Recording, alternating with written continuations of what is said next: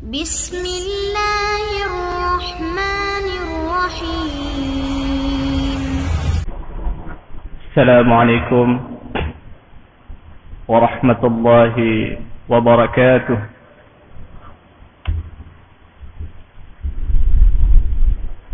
الحمد لله حمدا كثيرا طيبا مباركا فيه كما يحب ربنا ويرضى. أشهد أن لا إله إلا الله وحده لا شريك له، وأشهد أن محمدا عبده ورسوله لا نبي ولا رسوله بعده. فقال الله تعالى في كتابه الكريم بعد أعوذ بالله من الشيطان الرجيم: يا أيها الذين آمنوا اتقوا الله حق تقاته ولا تموتن إلا وأنتم مسلمون. فقال الله تعالى: يا أيها الذين آمنوا اتقوا الله وقولوا قولا سديدا يصلح لكم أعمالكم ويغفر لكم ذنوبكم ومن يطع الله ورسوله فقد فاز فوزا عظيما. وبعد، معاشر المسلمين، jamaah yang sama-sama dimuliakan oleh Allah Subhanahu wa taala. Alhamdulillah, senantiasa kita bersyukur kepada Allah Tabaraka wa taala atas segala limpahan nikmat yang Allah karuniakan kepada kita, yang mana nikmat Allah Subhanahu wa taala tidak mampu kita dapat menghitungnya. Kita hanya dianjurkan atau selayaknya sebagai seorang muslim yang mengaku beriman kepada Allah Tabaraka wa taala hanya bisa mensyukuri atas apa yang Allah Subhanahu wa taala berikan kepada kita sebagai seorang hamba. Maka apabila kita pandai mensyukuri nikmat-nikmat Allah Tabaraka wa taala, maka niscaya Allah Subhanahu wa taala akan menambahkan nikmat-nikmatnya. Sebagaimana firman Allah Tabaraka wa taala: la in syakartum wa azidannakum wa la in kafartum inna 'adabi lasyadid. Apabila kalian bersyukur kepadaku, kata Allah, niscaya aku akan menambahkan nikmat-nikmatku kepada kalian. Namun apabila kalian kufur, tidak bersyukur apa yang Allah berikan, maka Allah Tabaraka wa taala akan mengancamnya dengan adab yang pedih. Oleh karena itu, kita bersyukur, minimal mengucapkan alhamdulillah apa yang Allah Subhanahu wa taala karuniakan kepada kita semuanya. Kemudian salawat dan salam senantiasa tercurahkan kepada junjungan Nabi besar kita Muhammad sallallahu alaihi wa ala alihi wasallam beserta keluarga, sahabat dan para pengikutnya yang senantiasa, yang setia, yang istiqamah di atas sunnah-sunnah beliau. Mudah-mudahan kita yang berada di masjid yang mulia ini termasuk umat Nabi Muhammad sallallahu alaihi wasallam yang beliau benar-benar mengakui hingga akhir kiamat. Ma'asyiral muslimin, jamaah yang dimuliakan oleh Allah Tabaraka wa Ta'ala, untuk kajian pada malam ini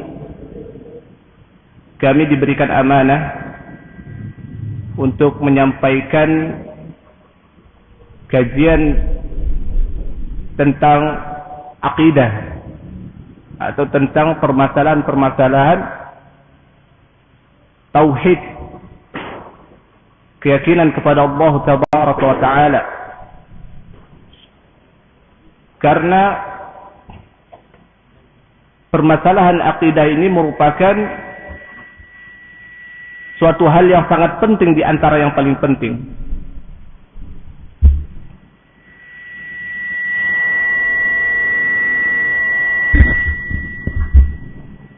Semampu apapun kita, sekuat apapun kita dalam melakukan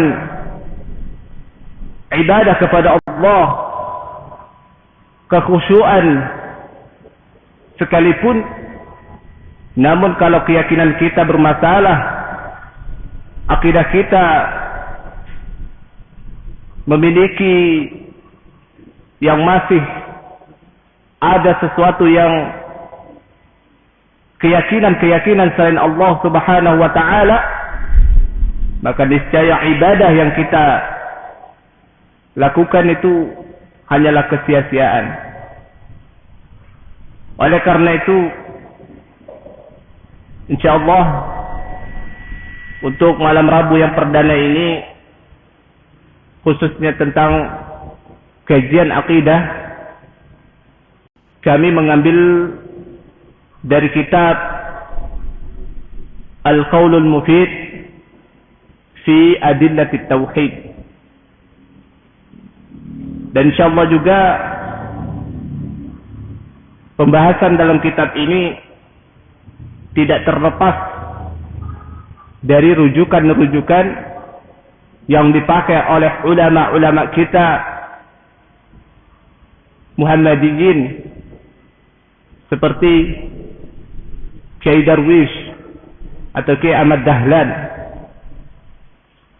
Sebagaimana yang telah kita ketahui bersama bahwa akidah atau rujukan yang diambil oleh Kiai Ahmad Dahlan tidak lain dan tidak bukan dari kitab-kitab Syekhul Islam Ibn Taimiyah, mungkin dari kitab-kitab terdahulu juga, kitab-kitab salaf, insyaallah beliau juga mengambil rujukan dalam permasalahan-permasalahan akidah.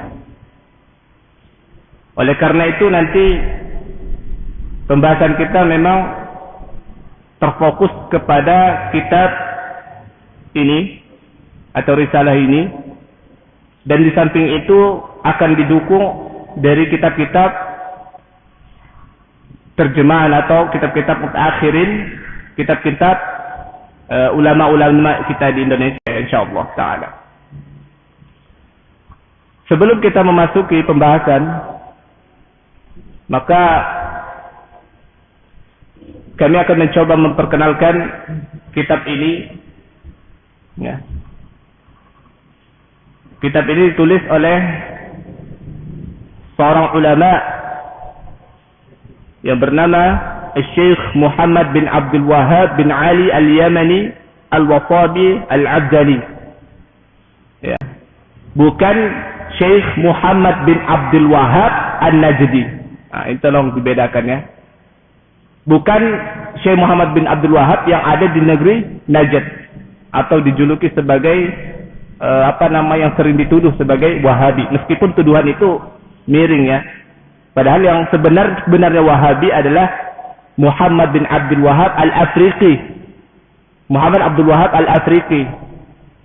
Tetapi dialamatkan kepada Syekh Muhammad bin Abdul Wahhab An-Najdi. Nah, itu ada istilahnya supaya manusia itu lari dari dakwah Syekh.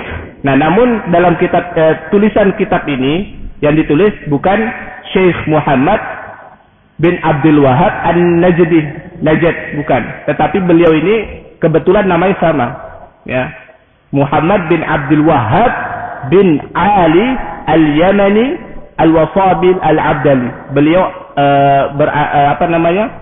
beliau orang Yaman.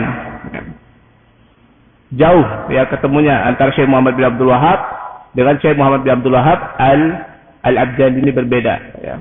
Kelahiran pun berbeda. Insyaallah kitab ini membahas secara ringkas tentang akidah ya, yang diambil dari Al-Qur'an dan As-Sunnah Nabawiyah sallallahu alaihi wasallam. Baik, sebelum kita masuk kepada pembahasan kitab ini, kami akan membacakan dulu. Nah, ini ada beberapa rekomendasi dari para ulama-ulama ya. Ada 7 rekomendasi. Karena kitab ini merupakan kitab yang sangat masyhur, terkenal baik di negeri Yaman bahkan di Indonesia pun juga terkenal. Termasuk kalimah Syekh Al-Allamah Muqbil bin Hadi Al-Wada'i. Beliau seorang muhaddis.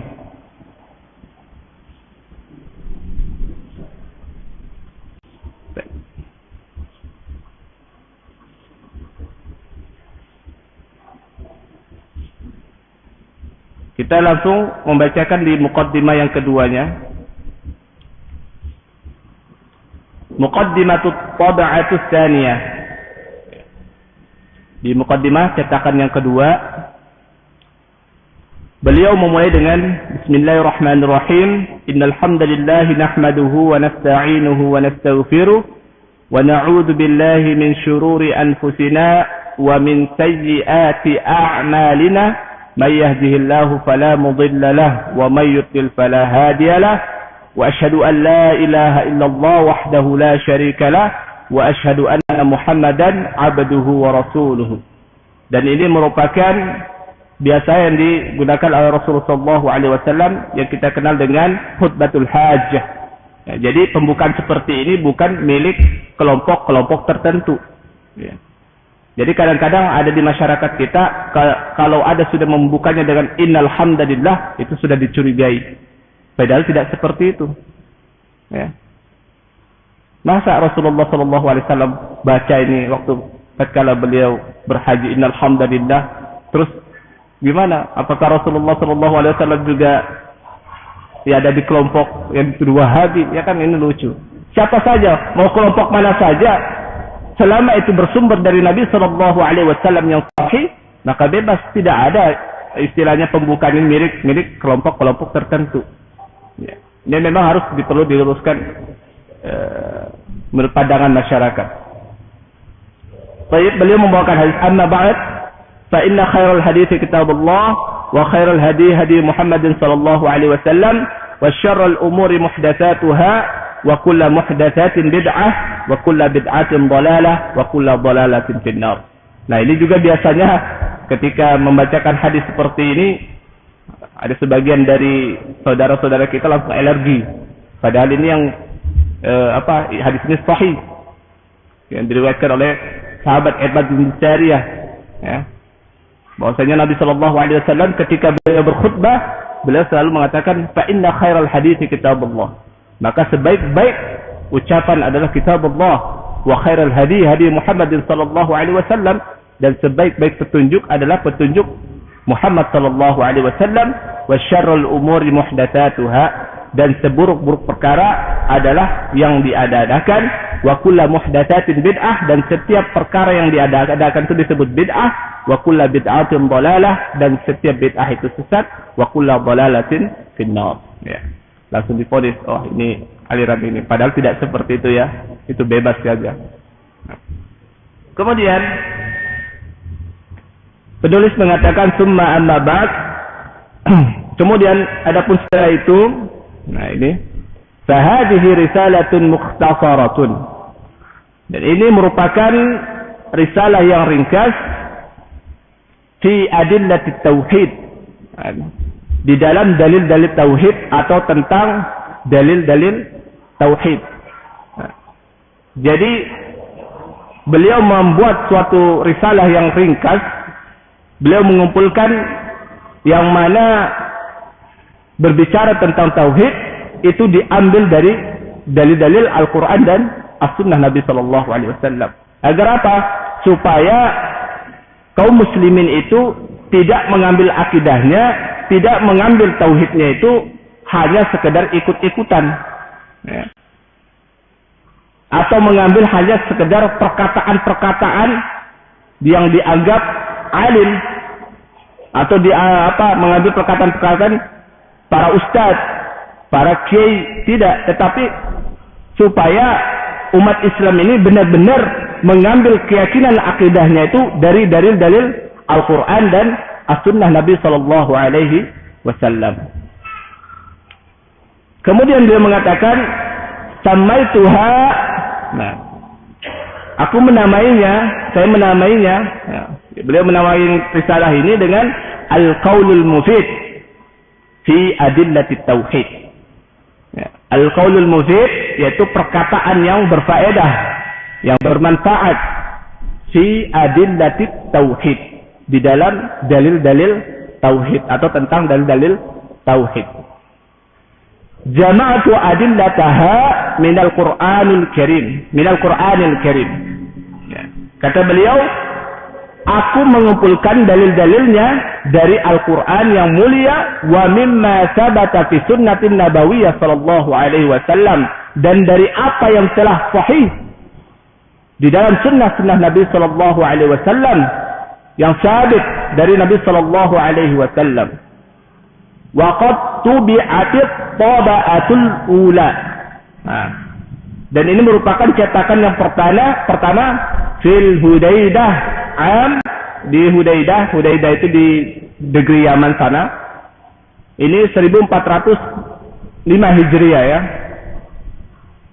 Wa ha'ana aqdamu lil qurra'i, dan aku mempersembahkan, nah ini, kepada para pembaca al-kiram yang mulia, at-taba'atas tsaniyata, yaitu cetakan yang kedua. Jadi beliau mempersembahkan untuk para pembaca yang budiman di cetakan yang kedua ini. Wa fiha ziyadatun wa tahqiqatun, yang mana cetakan kedua ini terdapat di dalamnya ziyadatun, merupakan tambahan-tambahan yang beliau tulis. Wa tahqiqatun, yaitu semacam perbaikan atau koreksi.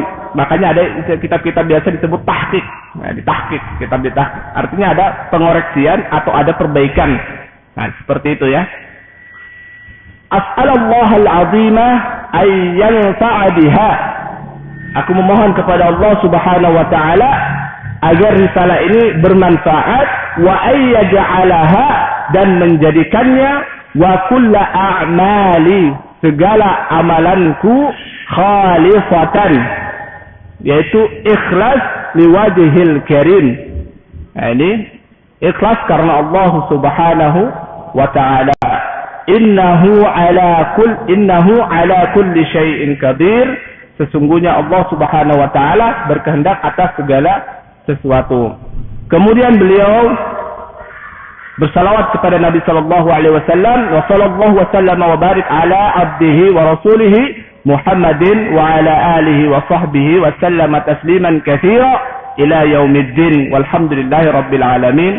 Beliau menulisnya di Sona'ah pada tanggal 23 Jumadil Ula pada tahun 1406 Hijriah. Penulis Abu Ibrahim Muhammad bin Abdul Wahhab bin Ali Al-Wasabi Al-Adadali. Nah, ini mukaddimah dari cetakan yang kedua dari penulis ya. Nah, baik. Kita masuk kepada pembahasan yang pertama, yaitu makna la ilaha illallah. Di dalam kitab tarjih juga ada membahas masalah la ilaha illallah ini. Ini saya sudah lama punya tarjih ini, waktu masih di pondok sama Ustadzuna Qatafi rahimahullah taala, sudah hilang sampulnya. Ini jadul ya. Mungkin ada lebih jadul lagi. Yaitu bisa dilihat di dalam pembahasan di Kitabul Iman itu. Di situ ada, cuman dia membahasnya secara ringkas, betul ya. Secara ringkas di halaman 11 itu bisa dilihat. Nah, beliau mengatakan yujibu alaina an tu'minu billahi rabbina, ya. Wa huwal ilahul haqq alladhi khalaqa kulla syai'in wa huwal wajibul wujud. Nah, di situ dibahas juga sama di sini. Cuman perbedaannya ini tadjih dan ini kitab aslinya, sumbernya ya. Insyaallah sama kok. Cuma memang kalau kajian pertama itu ada namanya itu kadang-kadang bikin kita karena penulisnya agak mirip-mirip ya. Tapi intinya yang namanya kebenaran siapapun ya, siapapun yang menyampaikan, kita itu jangan melihat apa orangnya, tetapi kita melihat apa yang disampaikannya. Seperti itu. Sebagaimana dikatakan Ali bin Abi Thalib, undur ma qala wa la tandur man qala. Lihat apa yang dia sampaikan, jangan melihat siapa yang menyampaikan. Seperti itu. Baik, untuk pembahasan pertama dari kitab ini kita membahas pertama yaitu makna la ilaha illallah atau arti daripada la ilaha illallah. Yang mana la ilaha illallah ini merupakan dakwanya para nabi dan rasul. Tidak ada satupun para nabi dan rasul yang Allah Subhanahu wa taala utus melainkan mereka mendakwahkan tentang kalimat la ilaha illallah. Nah, ini yang harus kita pahami. Apa sih makna daripada la ilaha illallah itu? Jadi sering kita kan membaca inna salati wa nusuki wa mahyaya wa mamati lillahi rabbil alamin. Nah, itu sebenarnya makna daripada la ilaha illallah. Hanya saja kadang-kadang kita tidak memahami. Nah, sering juga kita membacakan wa ma umiru illa liya'budullaha mukhlishina lahuddin, dan itu juga sebenarnya makna daripada la ilaha illallah. La ilaha illallah. Nah, tinggal kita memahami bagaimana pemahaman la ilaha illallah itu sehingga tidak keliru ya. Tidak menyimpang dalam memahami kalimat tersebut. Nah, di sini kata beliau, makna daripada la ilaha illallah adalah la ma'buda bihaqqin illallah. Yaitu tidak ada sesembahan bihaqqin dengan benar illallah, melainkan Allah Subhanahu wa taala. Jadi tidak ada sesembahan yang benar-benar yang hak disembah kecuali Allah Subhanahu wa taala. Kalau kita hanya memahaminya tidak ada Tuhan selain Allah, maka akan muncul lagi pemahaman-pemahaman yang keliru. Di subuh Jumat beberapa waktu yang lalu itu pernah kami sampaikan. Hanya saja itu kan bukan kajian kitab, tetapi hanya sekedar kultum, ya, hanya lewat seperti itu saja, ya, tidak membahas secara detail. Jadi ada sebagian mengartikan bahwasanya kalau begitu la ilaha illallah, tidak ada Tuhan selain Allah, berarti semua yang disembah oleh manusia itu pada hakikatnya Allah. Nah, ini kan pemahaman-pemahaman yang keliru, tidak benar. Padahal yang dimaksud di sini, ya, dikatakan oleh para ulama adalah tidak ada sesembahan. Ya, jadi makna ilahun ini dari kata aliha ya'luhu, uluhiyatan ma'luh. Nah, artinya kalau ilaha di sini merupakan maknanya adalah ma'luh, yang disembah. Ilahun maknanya adalah ma'luh. Kenapa? Sama dengan kita mengatakan dalam bahasa Arab kitabun. Nah, makna kitabun itu adalah maknanya maktub. Yang namanya kitab itu adalah maktub, yang sesuatu yang ditulis. Ada tulisannya di dalam. Nah, begitu juga makna daripada ilah. Ilah di situ maknanya adalah ma'luh, yaitu sesuatu yang disembah. Terus bagaimana kok bisa ada kalimat hak pun di situ? Nah, di sini kita melihat yang pertama ya. Jadi dalam bahasa Arab, dalam ilmu nahwu, ini kita lihat dulu dari sisi kaidah dulu ya. Qala ini dia beramal seperti amalnya inna. Ya, amalnya seperti amalnya inna. Apa?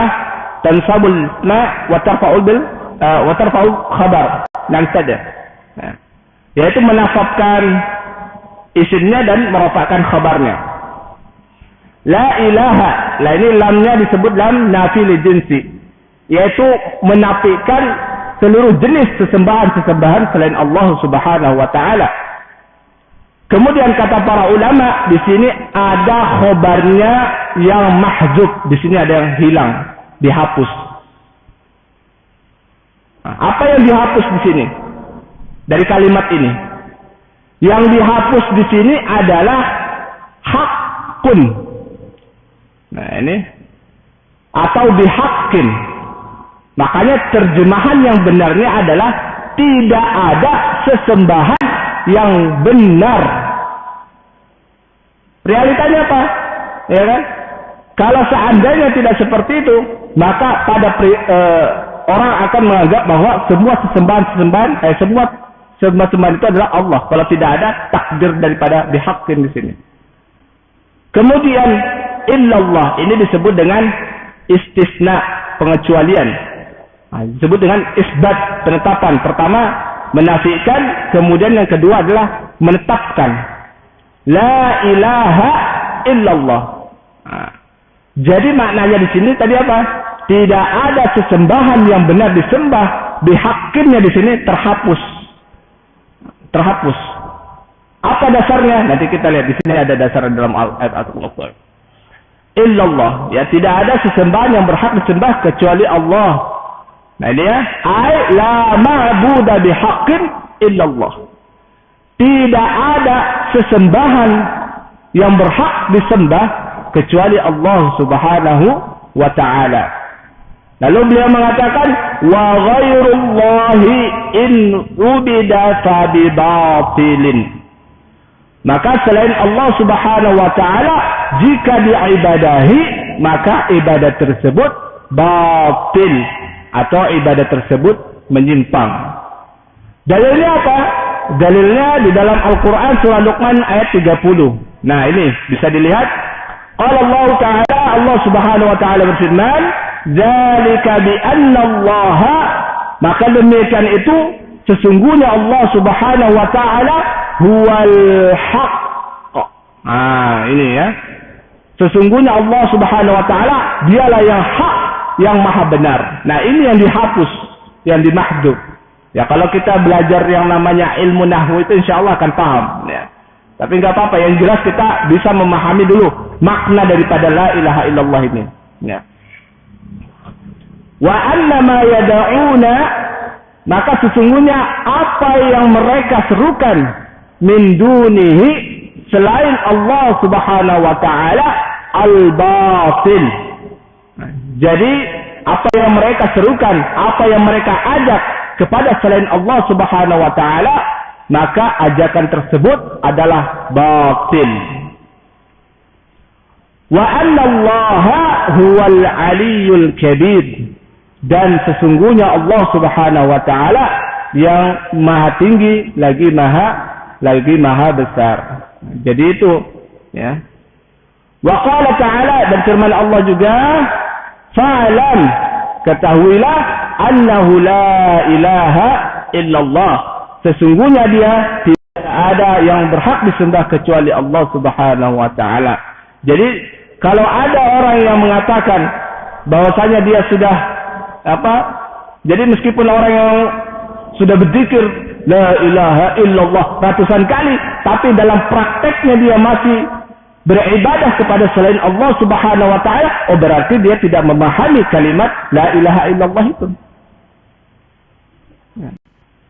Kalau ada orang yang masih menyimpan barang-barang keramat, barang-barang yang dianggap ini bisa memberikan kekuatan, menunjukkan bahwa orang tersebut tidak memahami kalimat la ilaha illallah itu.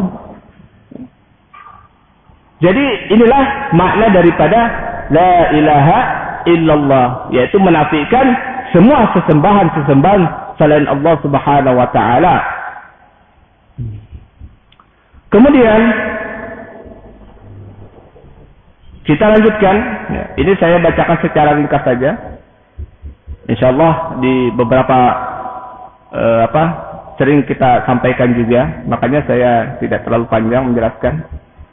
Nah, ini yang terpenting. Kemudian selain kita memahami makna daripada kalimat la ilaha illallah, kita juga harus mengetahui syarat-syarat kalimat la ilaha illallah itu. Jadi agar syahadat kita bisa diakui atau sah di hadapan Allah Subhanahu wa taala, maka hendaklah kita memenuhi syarat-syaratnya.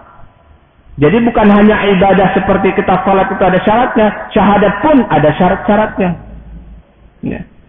Kita salat saja harus berudu, ya kan? Itu merupakan syaratnya kan? Berudu dulu. Tidak bisa kita salat kalau tidak bersuci, ya kan? Tidak suci dulu. Mau apapun juga pasti ada syaratnya. Nah, begitu juga dalam pengikraran syahadat kita kepada Allah Subhanahu wa taala, bagaimana syahadat kita ini bisa diterima? Bagaimana syahadat kita ini bisa sah di hadapan Allah Subhanahu wa taala? Maka harus memenuhi syarat-syarat la ilaha illallah itu. Ya, kalau syarat satu saja syaratnya tidak kita penuhi, maka bisa dipastikan syahadat kita tidak diterima oleh Allah Subhanahu wa taala. Nah, ini. Jadi timbul pertanyaan, kira-kira seperti orang bermaaf, mungkin orang yang baru memeluk Islam, itu kira-kira mereka itu memenuhi syarat-syarat la ilaha illallah? Tergantung. Contoh misalkan, kalau dia yakin terhadap kalimat la ilaha illallah, maka berarti dia telah memenuhi syarat-syarat la ilaha illallah. Memenuhi salah satu syarat la ilaha illallah.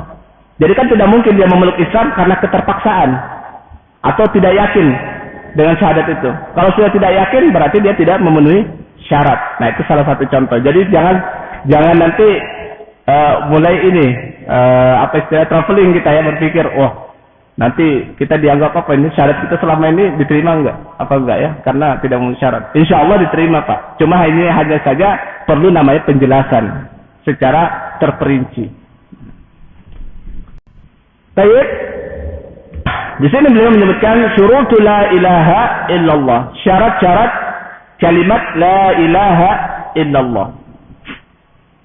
Pertama, asy-syartul awwal, syarat yang pertama adalah al-ilmu bima'naha nafiyan wa isbatan al-munafi lil jahl.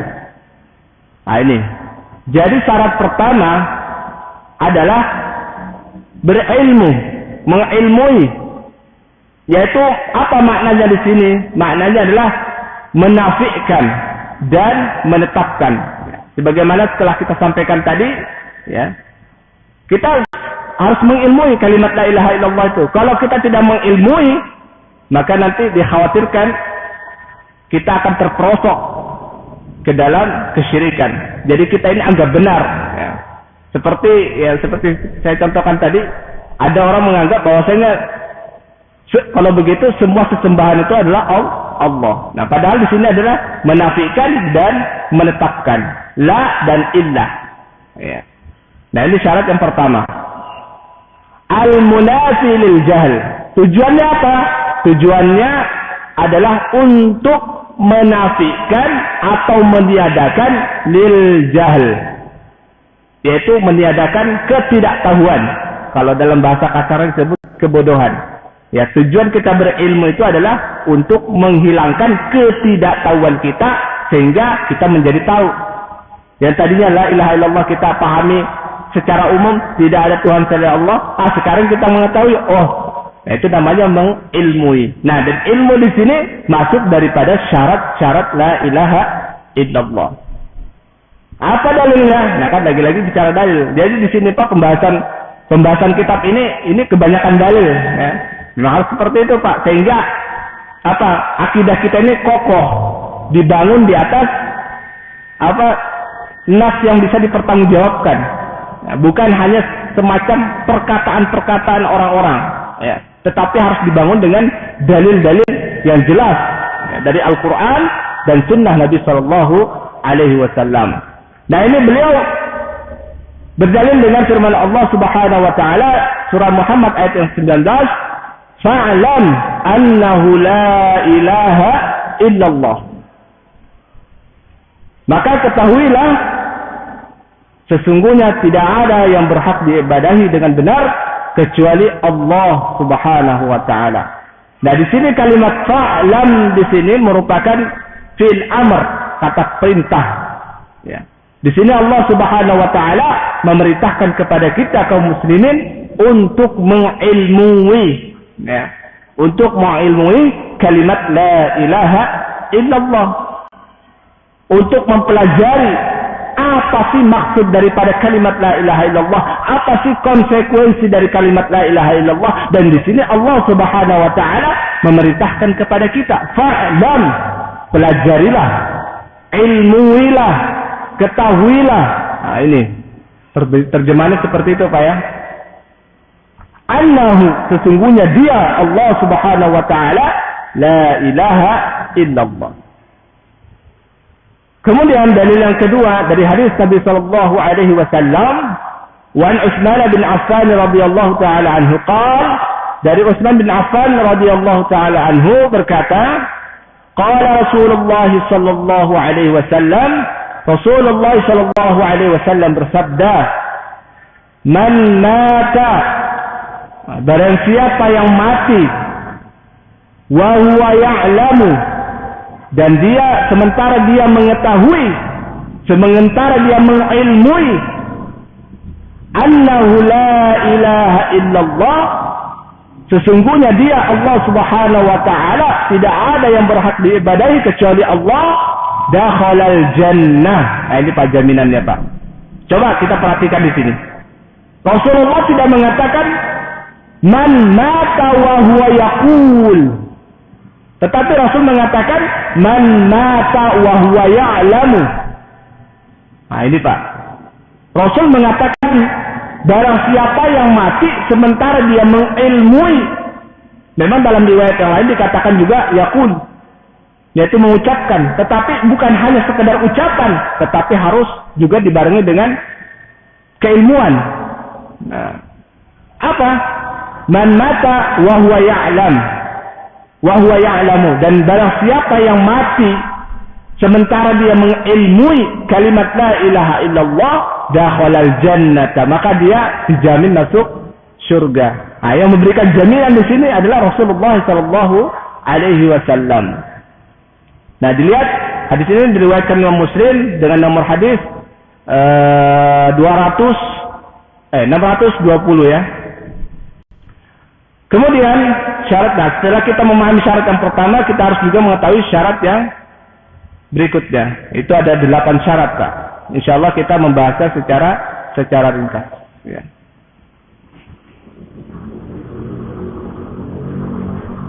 Dan masih ada. Belum. 3 menit lagi. Baik. Nah, ini kita bahas yang syarat yang kedua dulu ya. Insyaallah. Mudah-mudahan. Kemudian syarat yang kedua, asy-syartu tsani. Nah, setelah syarat yang pertama kita tahu yaitu mengilmui, kemudian syarat yang kedua adalah al-yaqinu al-munafi lil syak. Nah, syarat yang kedua ini hendaklah kita yakin terhadap kalimat la ilaha illallah. Tujuannya apa? Al-munafi lil syak. Tujuannya untuk menafikan, menghilangkan keraguan yang ada di dalam hati kita. Wa dzalika bi ayyakuna qailuha mustayqinan. Maka dengan hal itu, demikian itu, hendaklah seorang itu yakin dengan seyakin-yakinnya bimadluli hadhil kalimata, yaitu terhadap kandungan kalimat ini, yaitu kandungan kalimat la ilaha illallah itu yaqinan jaziman. Nah, itu keyakinan yang kokoh. Ya, 100% Pak. Jadi bukan hanya sekedar diucapkan yakin, tetapi benar-benar di dalam hati itu gimana? 100% kokoh dengan terhadap kalimat la ilaha illallah. Meskipun kita ancaman itu nyawa. Ya. Meskipun kita mau tembak begini, nyawa sudah. Tapi karena kita yakin dengan Allah, yakin terhadap kalimat la ilaha illallah, maka kita termasuk yang memenuhi syarat daripada kalimat tersebut. Fa innal imana la yughni fihi illa ilmal yaqin. Maka sesungguhnya keimanan itu la yughni fihi, yaitu tidak memberikan manfaat, tidak bermanfaat illa ilmu yakin, kecuali dengan ilmu yang yakin, ilmu yakin. Ya, keimanan seseorang itu tidak ada faedahnya, tidak ada manfaatnya kalau tidak diyakini. Ya, harus diyakini, Pak. La ilmu dhann, dan bukan yang bersifat keraguan atau prasangkaan. Tidak hanya duga-duga. Fa kaifa idza dakhalahu syak? Maka bagaimana apabila keraguan itu masuk ke dalam hati seorang? Maka di sini dalilnya firman Allah Subhanahu wa taala. Ya, ini terakhir kita baca sampai di sini aja karena mau masuk sudah. Qala Allah taala, maka Allah Subhanahu wa taala berfirman, "Innamal mu'minuna alladziina aamanu billahi wa rasulihi." Sesungguhnya orang-orang yang beriman itu beriman kepada Allah dan Rasulnya, tsumma lam yartabu, kemudian dia tidak ragu sedikit pun, wajahadu bi amwalihim, dan mereka berjihad dengan harta mereka, wa anfusihim, dan diri-diri mereka, fi sabilillah, di jalan Allah tabaraka wa taala, ulaika humus shadiqun. Maka mereka itu termasuk orang-orang yang shadiq, orang-orang yang jujur. Jadi ketika seorang itu dia sudah mengucapkan kalimat la ilaha illallah, memahami makna kalimat la ilaha illallah, kemudian dia memenuhi syarat-syarat daripada la ilaha illallah, maka dia termasuk orang-orang yang shadiq, orang-orang yang jujur. Mungkin demikian saja yang dapat kami sampaikan. Insyaallah Rabu berikutnya kita akan bahas ini ya, belum selesai di syarat yang kedua. Baik, kurang lebihnya mohon maaf. Hadanallahu wa iyyakum ajma'in.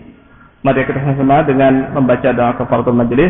Subhanakallah bihamdika asyhadu an la ilaha illa anta astaghfiruka wa atubu ilaik. Assalamualaikum warahmatullahi wabarakatuh.